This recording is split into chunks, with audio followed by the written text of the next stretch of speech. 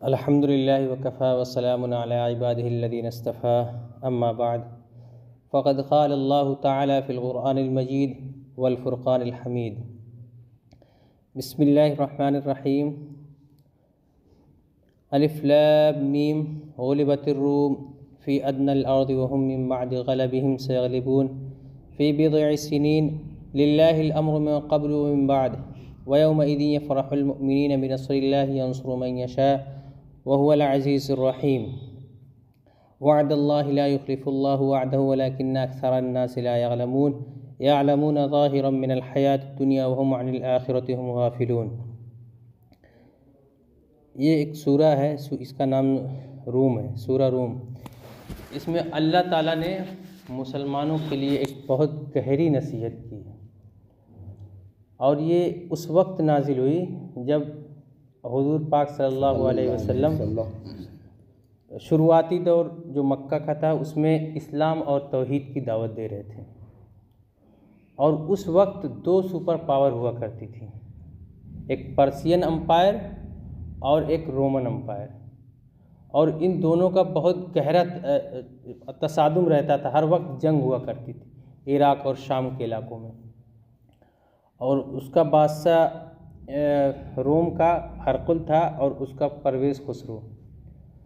तो इसमें अल्लाह ताला ने मुसलमानों को बताया है, ये इस वाक़े के ज़रिए समझाने की कोशिश की। गुलिबतिर रूम, रूमी जो है, रोमन जो है वो उनको शिकस्त हो गई। फ़ी अदनल अर्दि व हुम मिन बअदि ग़लबिहिम सयग़लिबून, यानी करीबी जो ज़मीन है यानी इराक़ और शाम में उनको शिकस्त हो गई, लेकिन वो फिर गालिब आ जाएंगे। यानी एक बार उनको शिकस्त हुई है, फिर वो दोबारा गालिब आ जाएंगे। और ये सारी चीज़ें कैसे हो रही है? लिल्लाहिल अम्रु मिन क़ब्लु व मिन बअद, ये सारी चीज़ें अल्लाह के हुक्म से हो रही है कि पहले जो है रोमन को जो शिकस्त हुई वो भी अल्लाह का हुक्म था, और ये जो बाद में इनको गलबा मिलेगा वो भी अल्लाह के हुक्म से होता है।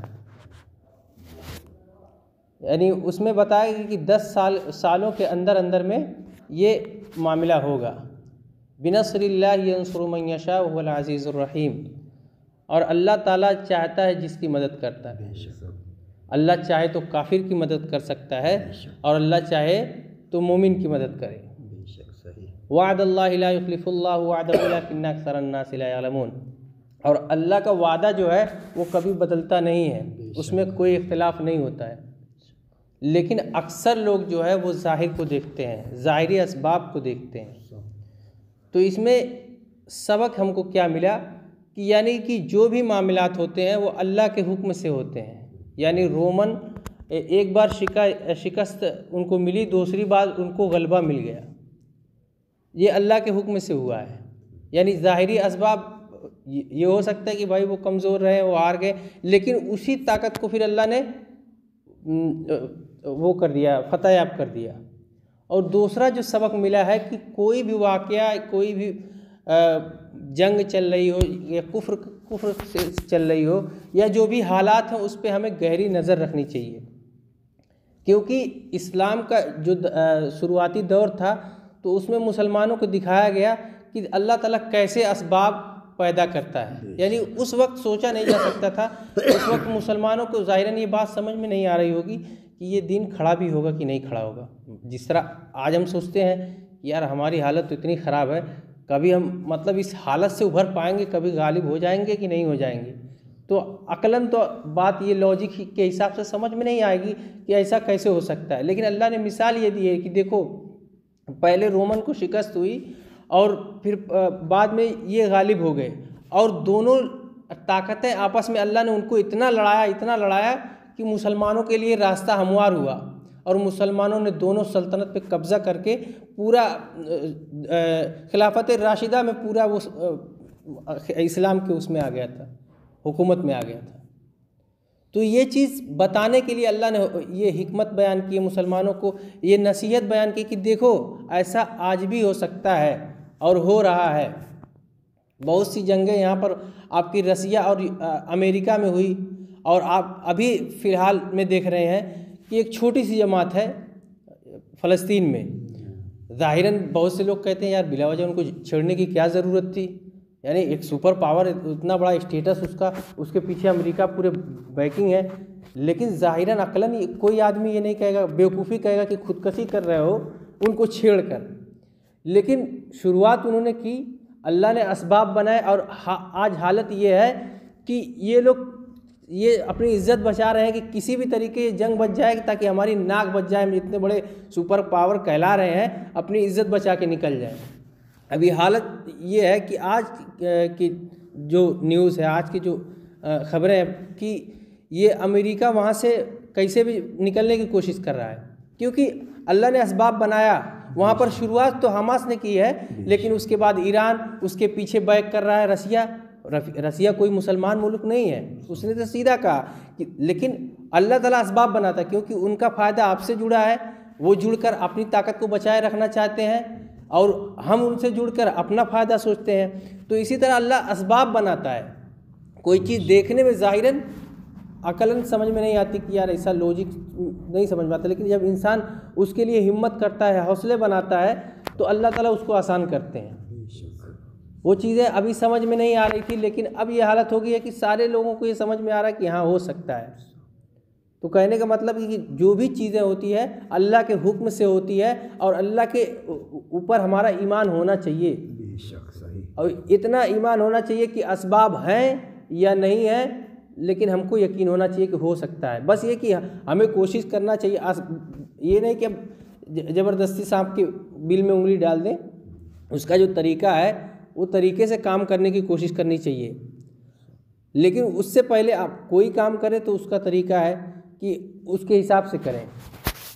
अब यहाँ की जो हालात हैं, यहाँ के हालात में हम क्या कर सकते हैं, कहने का मतलब ये कि हम क्या कर सकते हैं। हम क्या कर सकते हैं, हम यही कर सकते हैं कि जहन साजी लोगों को कर सकते हैं। जहन साजी कैसे करें कि लोगों को दीन से जोड़ें, ईमान से जोड़ें, ताकि हालात हम पर भी आएंगे। ऐसा नहीं है कि वो मुसलमान आजमाए जा रहे हैं तो हम नहीं आजमाए जाएंगे। ये दिमाग में अगर किसी के, हमारे और आपके है, तो ऐसा दिमाग से निकाल दो। ऐसा होगा जब वो, उनके बारे में हुजूर पाक सल्लल्लाहु अलैहि वसल्लम ने हदीस कही थी कि एक दौर आएगा कि जो मस्जिद अक्सा, एक मेरी जमात होगी, वह हमेशा जिहाद करती रहेगी इस्लाम के नाम पे। वो साहबा ने पूछा वो कहाँ होंगे, बताया कि वो अक्सा के दरवाजे और उसके इर्द गिर्द चारों तरफ होंगे, अस्कलान और उसके इर्द गिर्द होंगे, और वो कभी उनको शिकस्त नहीं दी जा सकेगी, हमेशा क़यामत तक लड़ते रहेंगे। तो वो तो कामयाब हो गए, लेकिन हम क्या है, हम अपने लिए हमारी खुशकिस्मती या बदकिस्मती क्या, बदनसीबी क्या है।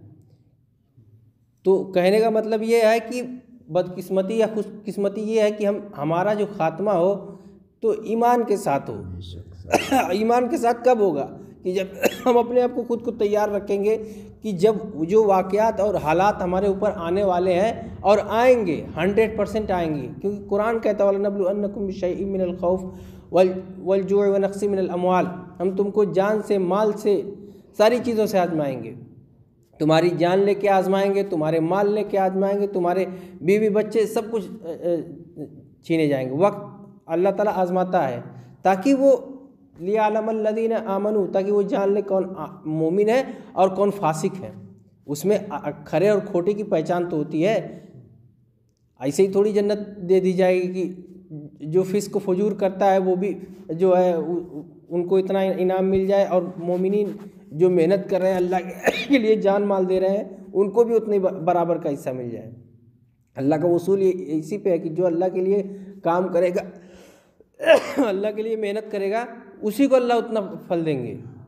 क्योंकि ये अदल नहीं होगा ना कि एक आदमी बगैर कुछ किए उसको मिल जाए और एक आदमी को मेहनत करके ना मिले, ये ऐसा अदल नहीं होता है। तो अल्लाह ताला जब ऐसा वक्त आता है तो मुसलमानों में भी ग्रुप हो जाता है।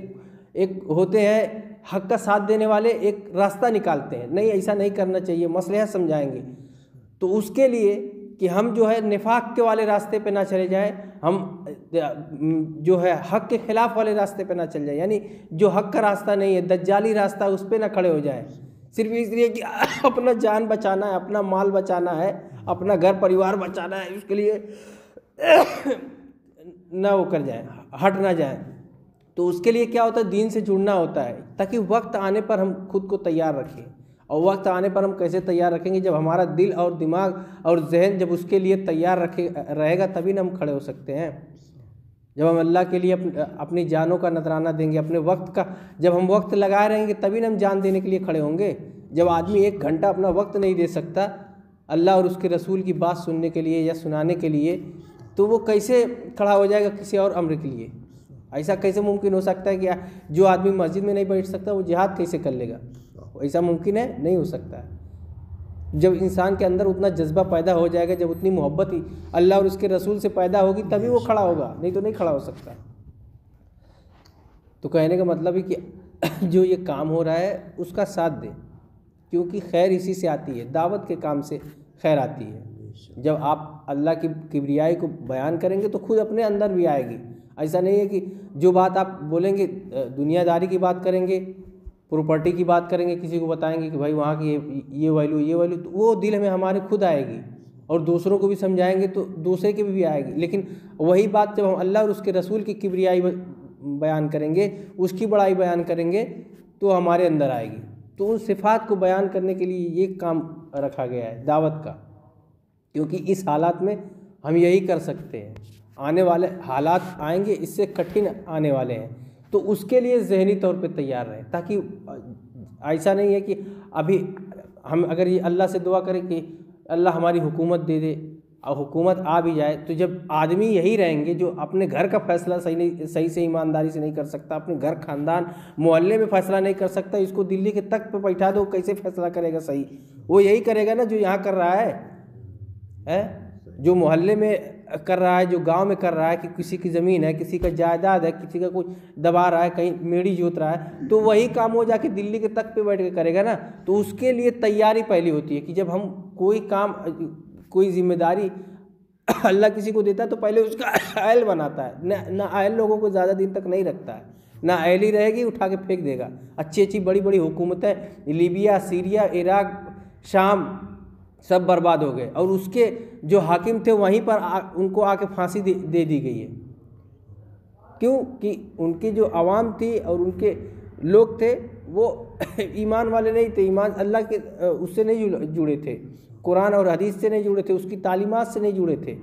तो दुनिया परस्ती जब ज़्यादा आएगी तो फिर आदमी अपना फ़ायदा देखता है, वो कौम और मिल्लत का फ़ायदा नहीं देखता है कि इसमें मेरी कौम का क्या फ़ायदा है और जो है मेरी मिल्लत का क्या फ़ायदा है, अल्लाह और इसके दीन का क्या फ़ायदा है। बस अपना फ़ायदा है, मेरा घर कैसे बन जाएगा, बिकना भैया मैं खुद को बेच दूँगा।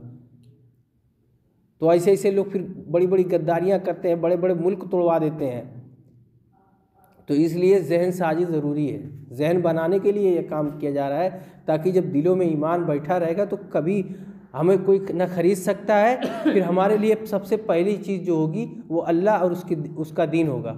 उसके अलावा उससे बड़ी कोई कीमत नहीं होगी, ना हमें कोई ज़मीन जायदाद से खरीद सकता है, ना रुपए पैसे से खरीद सकता है।